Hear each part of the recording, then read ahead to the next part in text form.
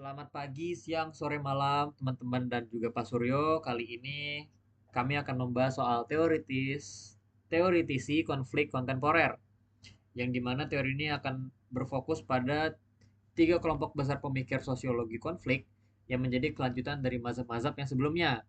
Materi ini kami ambil dari buku Novre Susan yang berjudul Pengantar Sosiologi Kontemporer. Sebelum kita masuk ke pembahasan, mari kita lihat terlebih dahulu peta materi dari presentasi ini. Jadi kita punya tiga bagian besar yang akan kita bahas hari ini. Bagian pertama ada mazhab kritis yang membahas bagaimana dominasi pekerja melalui komunikasi, oligarki elit dan reproduksi sistem posisi sosial. Tokoh utamanya itu ada Habermas sama Pierre Bourdieu. Bagian kedua ada sosiologi konflik eklektik, yaitu pendekatan yang mengombinasikan berbagai perspektif, humanis, dan kritis secara fleksibel, tanpa terpaku pada suatu mazhab. Bagian ketiga ada sosiologi konflik multidisipliner yang menggunakan berbagai disiplin ilmu sekaligus untuk menganalisis konflik. Tokoh utamanya itu ada Johann Galtung dengan segitiga konfliknya, lalu ada Anthony Giddens dengan pendekatan konflik komunalnya.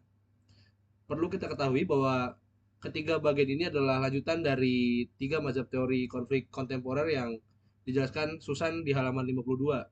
Kita akan fokus pada mazhab kritis, eklektik, dan multidisipliner. Kita masuk ke bagian A, yakni tentang membahas mazhab kritis. Mazhab ini akan membahas tiga hal utama. Yang pertama, kita akan membahas soal dominasi struktural melalui komunikasi. Lalu yang kedua, tentang dominasi dan oligarki elit. Dan yang ketiga, reproduksi dominasi melalui sistem posisi. Mazhab kritis dipengaruhi oleh pemikiran Karl Marx, namun jauh berkembang melampaui determinisme ekonomi yang sederhana. Di slide keempat, kita punya latar belakang dari tokoh utama mazhab kritis. Menurut Susan, tokoh utama mazhab kritis adalah ada dua, yaitu Jürgen Habermas dan Pierre Bourdieu. Habermas itu penerus mazhab Frankfurt generasi kedua. Ia dipengaruhi oleh Marx, Weber, dan Mead serta Parsons. Yang membedakan Habermas dari pendahulunya adalah ia mengalihkan fokus analisis dari ekonomi ke komunikasi sebagai arena utama tempat dominasi berlangsung. Gagasan pokoknya, konflik muncul karena adanya komunikasi instrumental, yaitu ketika kelompok penguasa memanfaatkan jalur komunikasi untuk menyalurkan kepentingan sendiri sekaligus menutup ruang bagi pihak lain. Solusinya adalah mendorong komunikasi terbuka dan setara yang Habermas sebut sebagai dialog emansipatoris. Bourdieu di sisi lain adalah sosiolog dari Prancis yang menolak cara pandang Marxisme yang hanya melihat masyarakat dari sudut pandang hubungan kelas ekonomi. Yang memperkenalkan konsep field atau ranah modal dan habitus. Menurut Bourdieu, ada tiga jenis modal yang menentukan posisi seseorang dalam masyarakat. Pertama ada modal ekonomi, berupa pemikiran materi, modal sosial, jaringan, dan pengaruh, serta modal budaya, berupa persepsi serta selera sosial. Ketika modal budaya dilegitimasi, maka lahirlah apa yang disebut kekerasan simbolik, yaitu kekerasan yang bekerja bukan melalui fisik, melainkan melalui praktik bahasa dan simbol yang diterima begitu saja sebagai hal yang wajar. Lalu next, kita jika kita dapat memperdalam pemikiran tentang Habermas sebelumnya, di mana sebagai generasi kedua masa Frankfurt, Habermas mengkritik pendahulunya, yakni Horkheimer dan Adorno, yang dimana dianggap terlalu pesimis terhadap modernitas. Habermas justru percaya bahwa modernitas masih menyimpan potensi emansipatoris, yang dimana karya-karya utamanya seperti struktur Wandel dan yang lainnya, dimana gagasan intinya yakni konflik bersifat inherent dalam masyarakat karena dominasi kekuasaan yang diperantarai komunikasi. Di sini kita membahas tentang adanya komunikasi instrumental, di mana menurut Habermas adalah situasi di mana kelompok penguasa menggunakan jalur komunikasi untuk menyampaikan kepentingannya, sekaligus menutup ruang bagi kelompok lain untuk bersuara. Ini bukan sekedar kebohongan, melainkan sebuah struktur komunikasi yang secara sistematik berpihak pada kekuasaan. Signifikansinya sangat terasa di era sekarang, yakni pemikiran Habermas relevan untuk menganalisis konflik dalam dunia media, manipulasi informasi dan kebijakan publik, termasuk di Indonesia. Ia menawarkan demokrasi deliberatif di mana keputusan diambil melalui dialog yang terbuka, setara, serta bebas dari tekanan. Di slide ini kita akan beralih ke Pierre Bourdieu dengan konsep tentang dominasi elit. Bourdieu lahir tahun 1930, meninggal di tahun 2002. Dia sosiolog Prancis yang pemikirannya sangat berpengaruh dalam sosiologi kontemporer. Bourdieu itu menolak cara pandang Marxisme lama yang mereduksi semua persoalan sosial ke dalam hubungan ekonomi semata. Menurutnya, masyarakat adalah arena pertarungan di mana berbagai jenis modal dipertaruhkan. Tiga jenis modal menurut Bourdieu adalah: pertama ada modal ekonomi, itu pemikiran materi dan kekayaan finansial. Kedua ada modal sosial, yaitu jaringan relasi dan pengaruh yang dimiliki seseorang. Lalu terakhir ada modal ketiga, yaitu pengaruh, selera, dan persepsi sosial yang seorang peroleh melalui pendidikan dan lingkungan. Yang paling menarik adalah konsep kekerasan simbolik, yaitu ketika legitimasi modal budaya digunakan untuk membenarkan posisi dominasi kelompok tertentu. Yang terdominasi pun menerimanya sebagai suatu yang wajar. Ini bukan kekerasan fisik, tapi bekerja jauh lebih dalam melalui bahasa, simbol, dan praktik budaya. Relevansinya di Indonesia ketika bisa menggunakan kerangka Bourdieu untuk menganalisis oligarki politik dan bisnis, ketimpangan akses pendidikan, serta diskriminasi bisnis, kelas, dan budaya. Masih bersama dengan Bourdieu, kita sekarang membahas mekanisme yang ia gunakan untuk menjelaskan bagaimana dominasi itu diwariskan dari satu generasi ke generasi yang selanjutnya, di mana ada tiga konsep kunci yang terhubung, yakni habitus, modal, dan ranah atau field. Habitus ialah disposisi atau kebiasaan yang terbentuk dari posisi sosial seseorang sejak lahir, di mana habitus adalah cara berpikir, cara merasa, dan bertindak yang diinternalisasi dari lingkungan sosial tempat seseorang dibesarkan. Ini bukan pilihan sadar, ini adalah alam kedua yang kita miliki tanpa kita sadari sepenuhnya. Kedua, yakni modal. Seperti yang sudah kita bahas, yakni merupakan sumber daya yang menentukan posisi seseorang. Modal ekonomi, sosial, dan budaya, semakin banyak modal yang dimiliki, maka semakin dominan pula posisi seseorang. Ketiga, ranah, yakni sebuah arena pertarungan sosial itu tersendiri, di mana ini bisa ranah pendidikan, ranah politik, ranah seni, maupun ranah ekonomi, di mana setiap ranah memiliki aturan mainnya sendiri. Lalu bagaimana reproduksi dominasi bekerja? Seseorang terlahir dalam posisi sosial tertentu. Dari posisi itu, ia menginternalisasi habitus yang sesuai. Habitus itu kemudian mendorong tindakan-tindakan yang pada akhirnya mereproduksi struktur sosial yang sama. Sehingga ketidaksetaraan terus berlanjut tanpa harus menggunakan kekerasan fisik sama sekali. Inilah yang disebut kekerasan simbolik, di mana dominasi yang diterima sebagai sesuatu yang alami dan dirasa wajar, bahkan oleh pihak yang sebenarnya terdominasi.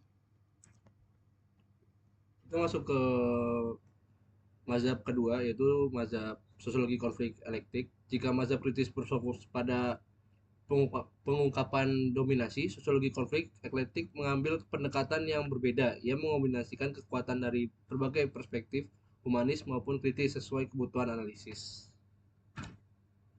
Nah, apa itu sosiologi konflik elektik? Menurut Susan, dari bukunya ini adalah kombinasi analisis dari perspektif humanisme, ilmu sosial, dan kritis. Tidak terikat pada satu mazhab, melainkan mengambil kekuatan dari berbagai perspektif sesuai kebutuhan analisis yang dihadapi. Mengapa pendekatan elektik diperlukan? Karena setiap mazhab memiliki kekuatan sekaligus keterbatasannya masing-masing. Mazhab positivis seperti Daherdorff dan Chaucer sangat kuat dalam menjelaskan struktur, namun kurang mampu dalam menangkap dimensi budaya dan juga makna.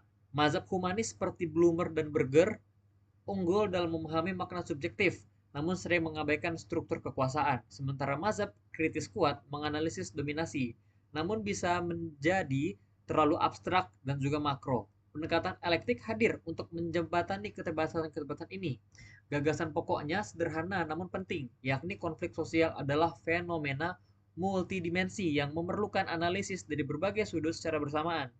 Elektisisme bukan berarti tidak punya pendirian teoritis, melainkan strategi analitik yang kaya dan juga konstektual, memiliki alat yang paling tepat dari berbagai kotak perkakas teori. Signifikansinya yakni pendekatan ini sangat fleksibel untuk penelitian lapangan, serta dapat menghindari sionisme, serta mendorong penelitian multimetode dalam sosiologi konflik. Kita masuk ke slide 10. Ini tentang sosiologi konflik multidisipliner. Eh, teori konflik ini bagian terakhir dari namun tidak kalah penting. Bagian ini memperkenalkan dua tokoh dan dua pendekatan, yaitu segitiga konflik Galtung dan pendekatan konflik komunal dari Giddens. Nah, jika kita masuk lebih mendalam, definisi sosiologi konflik multidisipliner menurut Susan adalah pendekatan yang tidak hanya menggunakan satu teori atau pendekatan, tetapi menggunakan berbagai macam teori disiplin ilmu berdasarkan kebutuhan analisis yang melintasi sosiologi, psikologi, ekonomi, hingga hubungan internasional. Dua tokoh utamanya adalah Johan Galtung dan juga Anthony Giddens. John Galtung adalah sosiolog sekaligus matematikawan dari Norwegia. Ia adalah pendiri Journal of Peace Research pada tahun 1964 dan dikenal sebagai bapak studi perdamaian sebagai disiplin akademi. Galtung menolak definisi konflik yang hanya mengacu pada kekerasan fisik dan ia mengembangkan kerangka analisis yang dikenal sebagai segitiga konflik. Pendekatannya bersifat transend, yaitu bukan sekedar menghentikan kekerasan, melainkan menciptakan transformasi konflik yang konstruktif dan berkelanjutan. Anthony Giddens adalah sosiolog Inggris yang dikenal dengan teori strukturasi, yaitu gagasan bahwa struktur sosial dan tindakan agen saling membentuk satu sama lain. Dalam konteks konflik, Giddens mengembangkan pendekatan primordial yang memandang konflik sebagai akibat dari pergesekan kelompok identitas seperti etnik, agama, bahasa, kasta, serta ras. Sekarang mari kita bahas lebih dalam tentang segitiga konflik milik Galtung. Menurut Galtung, bagaimana dijelaskan Susan, individu, kelompok, dan organisasi selalu membawa kepentingannya masing-masing, baik ekonomi maupun politik. Kedua kelompok dengan kepentingan yang bertentangan berada dalam satu lingkungan, maka akan lahir persepsi terhadap kelompok lain yang kemudian mendorong sikap dan perilaku konflik. Segitiga konflik memiliki tiga elemen. Pertama ada sikap atau attitude, yaitu persepsi mengenai isu yang berkaitan dengan kelompok lain. Ini adalah dimensi psikologis dan konflik. Lalu ada perilaku, yaitu tindakan nyata yang ditampilkan bisa berupa kerjasama, persaingan, atau konflik terbuka. Yang ketiga ada kontradiksi, yaitu situasi di mana sikap dan perilaku terlibat sebagai suatu proses yang saling mempengaruhi. Galtung juga membedakan tiga tipologi kekerasan, kekerasan langsung yang bersifat fisik atau kekerasan struktural yang bekerja melalui ketidaksetaraan sistem, serta kekerasan kultural yang bekerja melalui norma, nilai, dan simbol yang membenarkan kekerasan. Pendekatan Rasen yang ditawarkan Galtung menegaskan bahwa perdamaian bukan hanya soal menghentikan kekerasan fisik atau yang ia sebut negatif peace, tetapi juga tentang tercapainya keadilan sosial dan transformasi akar kontradiksi. Signifikasinya sangat besar. Kerangka Galtung adalah yang paling berpengaruh dalam studi perdamaian global dan telah diterapkan dalam reduksi konflik di berbagai wilayah Indonesia termasuk Aceh dan Ambon. Next slide. Kita sekarang akan membahas pendekatan konflik komunal dari Anthony Giddens. Giddens mengintegrasikan agensi dan struktur dalam teorinya. Struktur sosial hanya ada melalui tindakan agen. Sebaliknya, agen pun dibentuk oleh struktur. Ini adalah inti dari teori strukturasi. Dalam konteks konflik komunal, Giddens mengembangkan pendekatan primordial, yaitu dengan memandang konflik sebagai akibat dari pergesekan kelompok identitas yang dilandasi oleh solidaritas primordial seperti etnik, kasta, serta ras. Ketika kelompok-kelompok identitas ini bersaing dalam arena sosial yang sama, konflik menjadi hampir tak terhindarkan, terutama ketika ada ketimpangan dalam akses terhadap sumber daya dan pengakuan identitas. Yang penting untuk dipahami, yakni konflik komunal ini berada di semua level masyarakat dan negara, bukan hanya di tingkat komunitas kecil, tetapi juga tingkat nasional bahkan internasional. Relevansi di Indonesia ini sangat kuat, di mana kita dapat menggunakan kerangka Giddens untuk menganalisis konflik komunal di Poso, Ambon, Kalimantan, dan juga Papua. Pendekatan ini juga memberi landasan bagi kebijakan rekognisi dan manajemen keberagaman identitas di negara majemuk seperti Indonesia. Oke, jadi slide ke-14 kita bakal ngebahas tentang perbandingan sistem sintesis tiga mazhab kontemporer. Kita telah membahas seluruh mazhab dan tokoh, sekarang kita rangkum dalam sebuah tabel perbandingan. Ada 6 perspektif yang bisa kita bandingkan. Pertama, mazhab kritis, bagian satu oleh Habermas, berfokus pada dominasi melalui komunikasi instrumental dengan konsep kunci demokrasi deliberatif, relevan untuk analisis konflik wacana dan media. Kedua, ada mazhab kritis, bagian dua oleh Bourdieu, berfokus pada bagaimana elit mereproduksi kekuatan melalui modal dan kekerasan simbolik, relevan untuk analisis konflik kelas, pendidikan, dan oligarki. Ketiga, ada mazhab kritis masih Bourdieu, berfokus pada bagaimana dominasi diwariskan melalui habitus lintas generasi, relevan untuk analisis keseimbangan sosial dan diskriminasi kultural. Keempat, ada sosiologi konflik elektik, mengkombinasikan perspektif humanis dan kritis secara fleksibel, paling cocok untuk penelitian lapangan yang membutuhkan pendekatan multi metode. Kelima, ada sosiologi konflik multidisipliner, bagian satu oleh Galtung dengan segitiga konflik dan Treason sebagai konsep kuncinya. Ini adalah kerangka resolusi konflik paling berpengaruh dalam studi perdamaian global. Keenam, sosiologi konflik multidisipliner bagian 2 oleh Giddens dengan pendekatan primordial sebagai konsep kuncinya, sangat relevan untuk menganalisis konflik komunal di Indonesia. Keenam perspektif ini tidak saling bertentangan, melainkan saling melengkapi dan tergantung pada jenis konflik yang dianalisis. Lalu kita masuk ke dalam slide kesimpulan, di mana ada satu prinsip penting yang perlu kita ingat. Tiga mazhab kontemporer ini saling melengkapi, bukan saling menggantikan. Yang dimana pertama, mazhab kritis dari Habermas dan Bourdieu mengungkap dominasi yang tersembunyi yang bekerja melalui komunikasi, modal, dan reproduksi habitus lintas generasi. Dominasi ini tidak selalu kasat mata, namun bekerja secara mendalam dalam struktur sosial. Yang kedua, yakni sosiologi konflik elektik, mengkombinasikan perspektif humanis dan kritis untuk menganalisis konflik secara multidimensi tanpa jatuh ke dalam reduksionisme yang menyederhanakan realitas sosial yang kompleks. Yang ketiga yakni tentang sosiologi konflik multidisipliner dari Galtung dan juga Gildens memberi kita kerangka operasional yang kuat. Segitiga konflik membantu kita memahami konflik dari akar setiap perilaku hingga kontradiksi struktural. Sementara pendekatan primordial Giddens membantu kita memahami konflik yang bersumber dari identitas kelompok. Keseluruhan materi ini bersumber dari buku Nofri Susan dengan judul Pengantar Sosiologi Konflik. Sekian presentasi dari kelompok kami. Sekiranya ada pertanyaan, kritik, atau saran, kita persilahkan. Terima kasih.